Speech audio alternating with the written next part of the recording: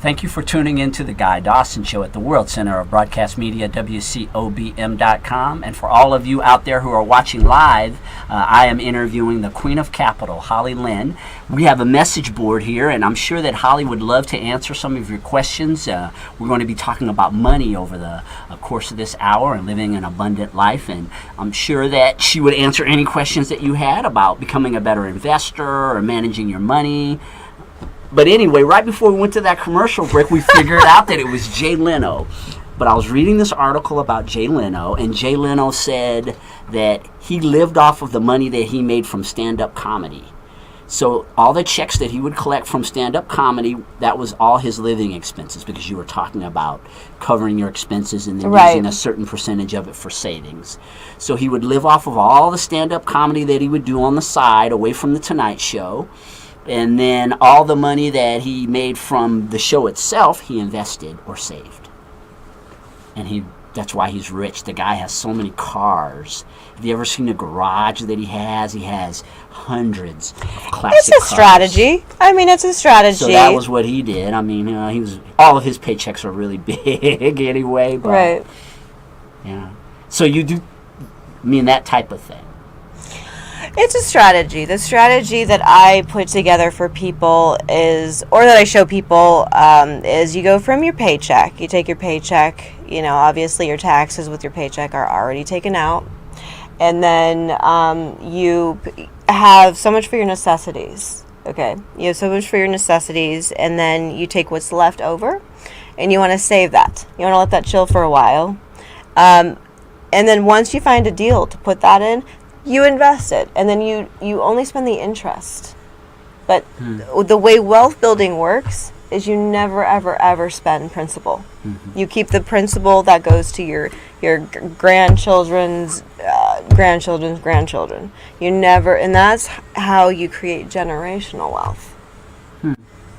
How'd you learn the ropes? How did you get so deeply involved in finance? A lot of mistakes. A lot of mistakes.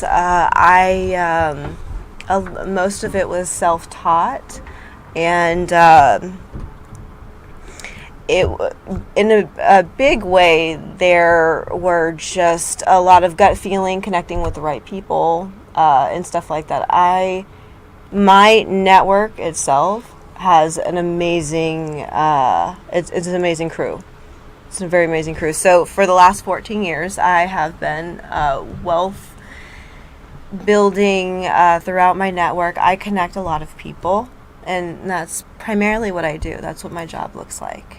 And so my day-to-day is connecting a lot of people, and that's where the deals come together. That's where the capital comes together and stuff like that. I know how to identify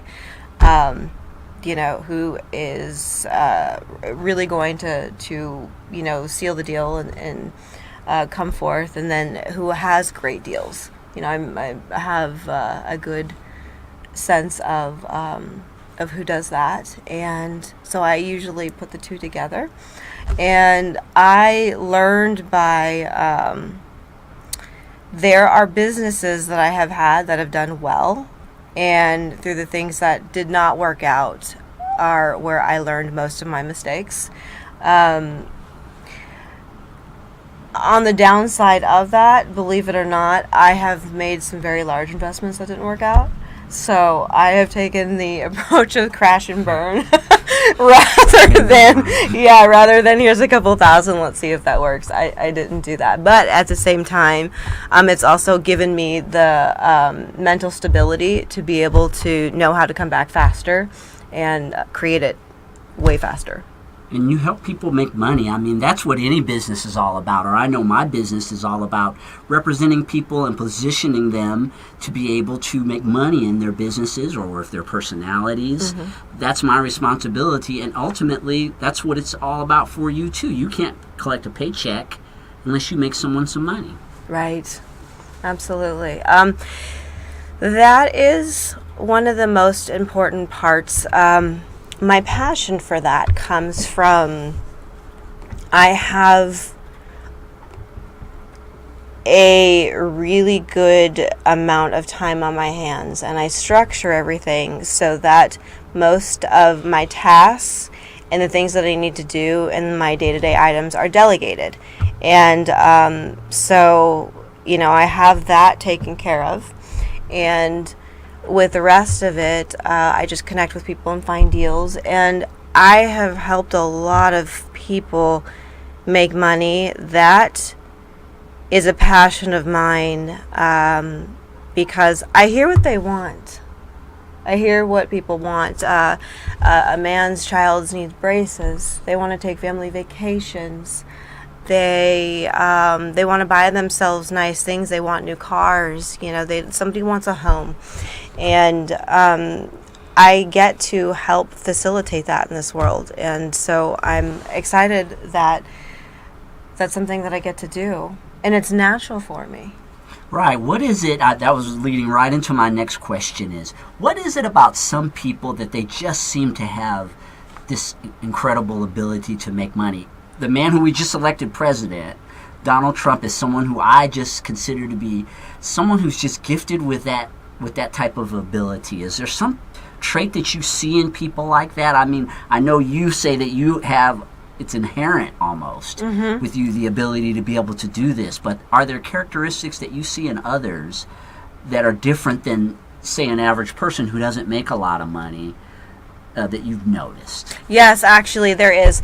What I see more than anything is I'm a person that, say for instance, when there's something that's hard to do, I have the not drive, but the ambition in me, the side ambition. I'll do it anyway.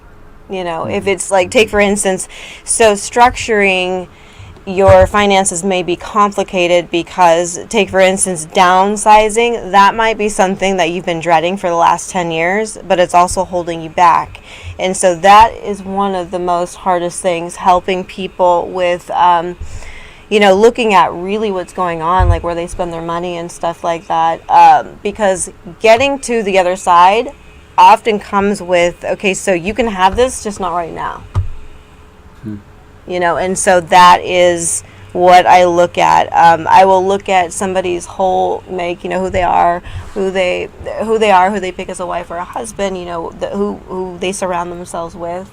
That is a really, really big piece of the pie right there, is who people surround themselves with in order to have the support. Because if you're not getting the support to be able to make these decisions, then most likely you're not going to. And so what I did was, there has been many more times that I didn't have the support than when I did. And what I did personally was just told everybody bye-bye. And that's right, and that's exactly what I'm talking about. You have to be willing to let go of what's not in alignment, and if that's what you're committed to, which I was. I was committed to this. I saw the bigger picture.